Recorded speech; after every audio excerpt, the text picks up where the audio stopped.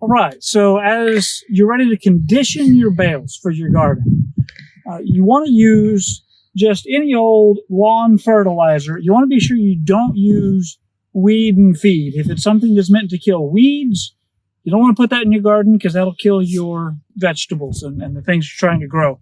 So feed good, weed bad.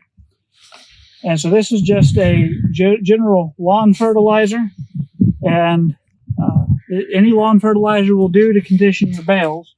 And what you want to do is you want to add on most days, and I'll post the schedule down below.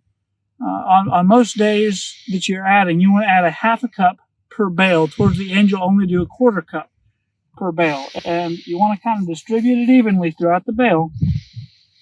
And after you've done that, then you'll water that in real good. And every day you'll be watering these bales.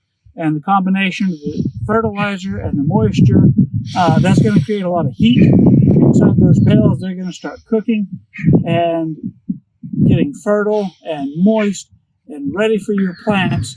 And this process will take about 12 days.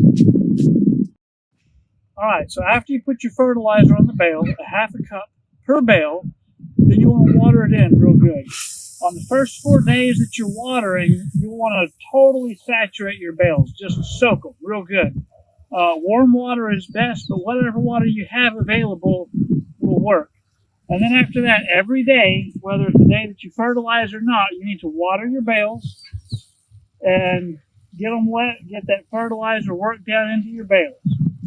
And we'll be doing this on a daily basis. You don't fertilize every day, but you do water every day while you're cooking your bales and getting things ready to go.